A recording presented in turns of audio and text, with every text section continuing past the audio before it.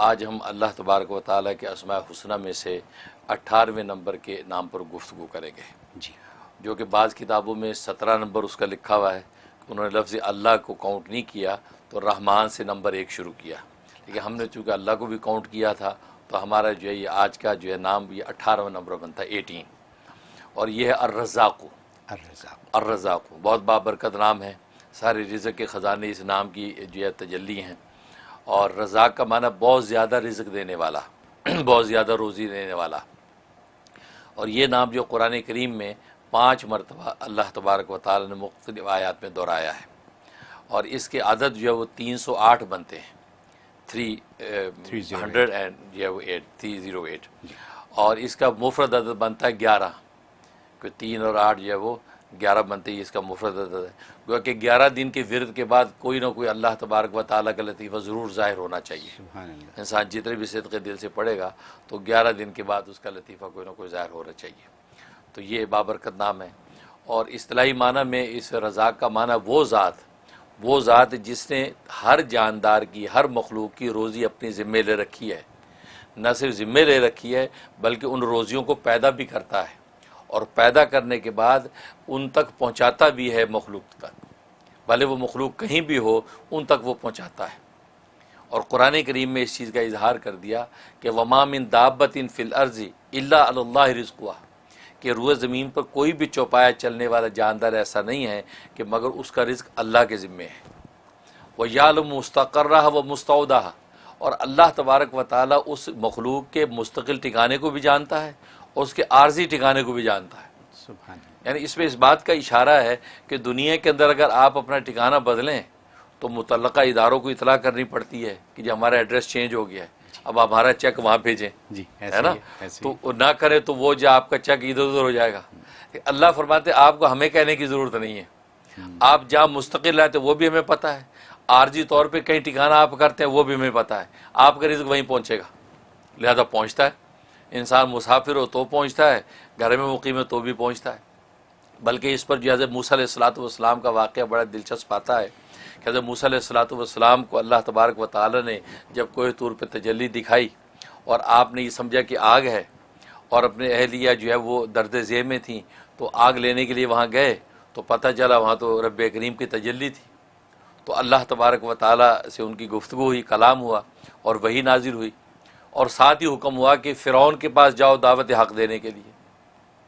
اب یہ دل میں سوچنے لگے کہ اہل خانہ کا کیا ہوگا، ان کا خیال کون کرے گا، پیچھے جو بھی میرے ساتھ میرے کفایت میں لوگ ہیں ان کے رزق روٹی کا کیا بنے گا. تو یہ خیال آیا تو اللہ تبارک و تعالی نے فرمایا کہ موسیٰ یہ سامنے جو پتھر ہے اس پتھر کے اوپر جو اپنی لاٹھی ماری، وہ پتھر ٹوٹا، ان میں سے ایک اور پتھر نکلا. فرمایا اس دوسرے پتھر پہ لاٹھی مار، وہ ٹوٹا، اس میں سے ایک اور پتھر نکلا. فرمایا تیسرے پتھر پہ پھر مارا تو ٹوٹا، اس میں سے ایک چھوٹا سا کیڑا جس کے منہ میں سبز پتا ہے، وہ غذا ہے، وہ کھا رہا ہے، اور یہ ترانہ پڑھ رہا ہے کہ سبحان من یرانی و یعلم مکانی، کہ پاک ہے وہ ذات کہ جو مجھے دیکھ رہی ہے اور میرے اس ٹھکانے کو بھی جانتی ہے، وہ یسمع کلامی، اور میرے کلام کو بھی سنتی ہے، وہ یذکرنی ولا ینسانی، اور مجھے یہاں پر بھی یاد رکھے ہوئے ہے کہ مجھے رزق پہنچا رہی ہے اور مجھے بھولی نہیں ہے. سبحان اللہ. تو اللہ تبارک و تعالیٰ فرمایا موسیٰ میں اس کیڑے کو یہاں خوراک پہنچا سکتا ہوں تو تیرے اہل خانہ کا میں کفیل نہیں ہو سکتا. تم پریشان نہ ہو، تو میرے کام میں لگ، میں تیرے کام میں لگوں گا. تو مطلب یہ اللہ تبارک و تعالیٰ کے رازقیت کا عالم ہے کہ جہاں بھی ہوتا ہے اسی جگہ رزق پہنچاتا ہے. اس لیے علماء نے لکھا ہے کہ رزق کی 2 قسمیں ہیں، ایک رزق خاص ہے، ایک رزق عام ہے.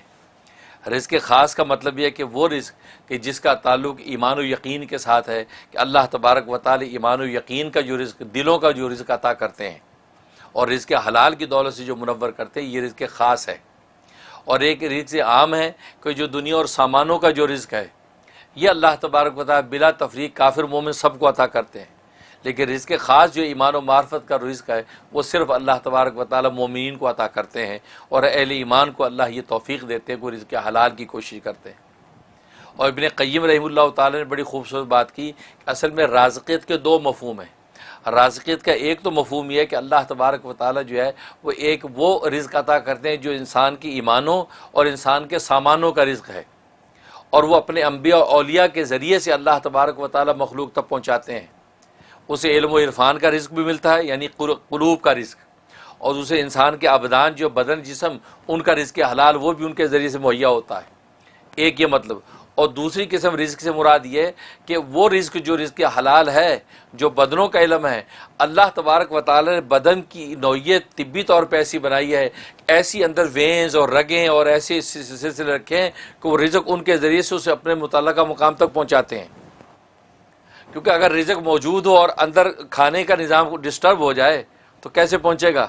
تو فرمایا کہ انسان جب کھاتا ہے تو وہ نالیاں اللہ نے ایسی بنا رکھی ہیں کہ ہر چیز اپنے اپنے مقام پہ جا رہی ہے، پانی اپنے مقام پہ جا رہا ہے، غذا اپنے مقام پہ جا رہی ہے، ہر چیز اپنے اپنے مقام پہ ٹھہر رہی ہے۔ اور پھر کھانے کے بعد انسان اگر الٹا ہو جائے تو وہ کھانا باہر پلٹتا نہیں ہے، یعنی ایسا نظام رکھا، کھانا گیا اب وہ پلٹ کے باہر نہیں آتا۔ فرمایا یہ جو دوسرا رزق کا مفہوم ہے کہ اللہ نہ صرف کھلا دیتا ہے بلکہ کھلانے کے بعد وہ اس کو اپنے اپنے مقام پر پہنچا دیتا ہے اور اس کے اچھے اور نیک اثرات ظاہر کرتا ہے۔ یہ اللہ تبارک و تعالیٰ کی رازقیت ہے جو کسی دوسری ذات کو حاصل نہیں ہے۔ اس لیے اللہ تبارک و تعالیٰ رزاق ہے، یعنی بہت زیادہ روزی دینے والا، مطلب نہ صرف روزی دینا بلکہ روزیوں کو پیدا بھی کرتا ہے اور اپنے اپنے مقام پر ہر ایک کو اس کی روزی پہنچا بھی دیتا ہے۔ یہ رازق ہے۔ اور جہاں تک اس کے فضائل و فوائد کا تعلق ہے تو ایک اس کا فائدہ یہ ہے کہ اگر کوئی شخص چاہتا ہے کہ مشکلات اور باریک بین چیزیں، خاص طور طالب علم، پروفیسر اور اسی طریقے سے لیکچرر، پڑھنے پڑھانے والا آدمی چاہتا ہے کہ باریک بینی مجھے حاصل ہو جائے، تو صبح اٹھتے ہی نہار منہ، ابھی اسے کلی نہیں کی، منہ نہیں دھویا، اٹھتے ہی 20 دفعہ یا رزاقو کا ورد کر لیا کرے۔ 20 دفعہ سے بیٹھے بیٹھے یا رزاقو یا رزاقو یا رزاقو، بس اس کے بعد اپنے کام میں لگے۔ فرمایا اللہ تبارک و تعالیٰ اس کو ذہن کو ایسا کشادہ اور تیز کر دیں گے کہ باریک سی باریک بات بھی سنتے جھٹ اس کے نتیجے کو پہنچ جائے گا، ایسا ذہن کھول دیتے ہیں۔ یہ اس میں فائدہ۔ اور دوسرا فائدہ یہ ہے کہ اگر کوئی چاہتا ہے کہ گھر کے اندر رزق کی فراوانی ہو جائے اور گھر سے بیماریاں اور آفتیں نکل جائیں اور گھر جناب جنت نظیر بن جائے، تو فرمایا کہ وہ شخص روزانہ صبح کی نماز پڑھنے کے بعد، فجر کی نماز کے بعد اپنے گھر کے چاروں کونوں میں 10 مرتبہ یا رضا کو پھونک دیا کرے، اور اس کونے سے شروع کرے جو کونا جو قبلے کی طرف سیدھی طرف ہے۔ اگر قبلہ ادھر ہے تو سیدھی طرف کا کونا وہ ہے، تو سب سے پہلے اس کونے پہ کھڑا ہو کے یا رضا کو 10 دفعہ پڑھ کے 3 دفعہ پھونک دیا، پھر الٹی طرف آ جائے، پھر 10 دفعہ پڑھ کے، اس کے بعد یہ پیچھے کی طرف آ جائے 10 دفعہ پھونک، پھر اس طرف، تو گویا کہ چاروں کونوں پہ 10 دفعہ پھونک دیا کرے تو گھر میں رزق کی فراوانی ہو جائے گی، غیب سے رزق آئے گا اور کوئی بیماری گھر میں نہیں ٹھہرے گی۔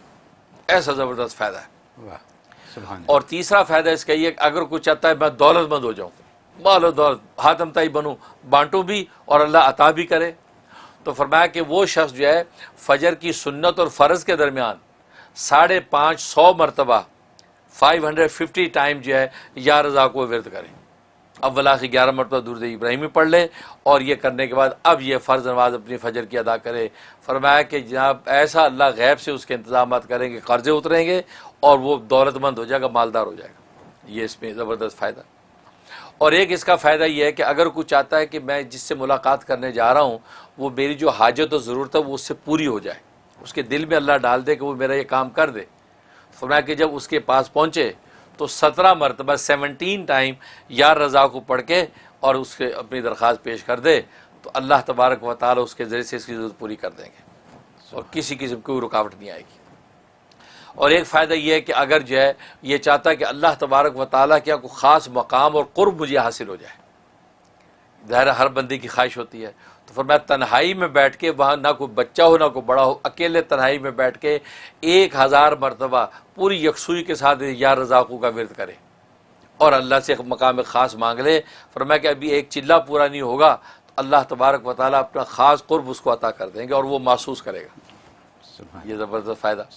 اور ایک فائدہ یہ ہے کہ اگر کوئی قیدی ہے، قید میں ہے بے گناہ، تو قیدی کو چھڑانا چاہتا ہے یا کوئی مریض ہے بیچارہ وہ مرض سے چھٹکارا چاہتا ہے، تو فرمایا کہ 125 مرتبہ پڑھ کے آپ اس قیدی کے لیے دعا کریں اول آخر 11 مرتبہ درود شریف، یا جو مریض ہے اور اس مریض کے لیے 125 مرتبہ پڑھ کے آپ جو اس کی صحت کی دعا کریں، اللہ تبارک و تعالیٰ یہ 3 ہفتے کے اندر ہی انشاءاللہ اس قیدی کو رہا کر دیں گے اور اس مریض کو شفا دے دیں گے۔ یہ زبردست کے فائدے حضرت ماشاءاللہ۔ اور جہاں تک خواب میں تعبیر کا تعلق ہے، اور میں خواب میں اگر یہ دیکھا، اس کا مطلب ہے اللہ تبارک و تعالی اس کو اپنا قرب خاص عطا کریں گے اور دین دنیا کے جو ہے رزق اور دولتیں اس کے لیے آسان کر دیں گے۔ لہٰذا یہ صدقات کا اہتمام کرے، مالی صدقہ غریبوں میں بانٹنا شروع کر دے، اللہ مقام خاص بھی دیں گے اور رزق کی فراوانی کر دیں گے۔ یہ تعبیر۔ سبحان اللہ۔ حضرت یہ جو رزق کی جو آپ نے آج تعریف بیان کر دی ہے، رزق خاص، رزق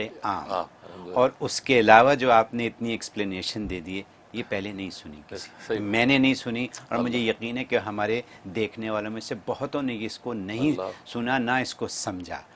آج جو یا رزاقوں کے اوپر جو بات ہو گئی ہے، اگر ہم اس کو اپنا لیں واقعی تو ہمارا تو بیڑا پار ہے، سب مسئلے حل۔ یہ اگر میں انگریزی میں کہہ دوں کہ آج آپ نے $1 ملین سولوشن دے دیا، صحیح بات ہے۔ کیونکہ اگر فجر کے وضو سے پہلے 20 دفعہ پڑھ لیں، کتنے 2 سیکنڈ لگتے ہیں، 2 سیکنڈ، ٹھیک ہے، وہ پڑھ لیں، پھر اس کے بعد سنتوں اور فرض کے درمیان 550 دفعہ پڑھ لیں، ٹھیک ہے، اور پھر اپنے گھر کے چاروں کونوں میں اگر آپ پڑھ کے پھونک مار 10 مرتبہ، 10 دفعہ، کیا دیر لگتی ہے، ٹھیک ہے۔ تو یعنی یہ ساری آپ کی جو برکتیں ہیں وہ آپ نے اکٹھی کر لیں، جا نماز پہ بیٹھے ہو سکتی ہیں ساری، ٹھیک ہے، اور اس کے بعد پھر مریضوں کے لیے بھی ہو گیا، دولت کے لیے بھی ہو گیا، اور قرب اللہ اس کے لیے بھی ہو گیا، تو اور کیا کرنا ہے ہمیں، اور کیا چاہیے ہمیں، تو سب کچھ تو ہو گیا۔ یہ اتنی باتیں اور اتنی قیمتی باتیں، سبحان اللہ، سبحان اللہ۔ مجھے یقین ہے کہ دیکھنے والے اس سے بہت فائدہ اٹھائیں گے، میں بھی اٹھاؤں گا، آپ سب بھی اٹھائیے گا۔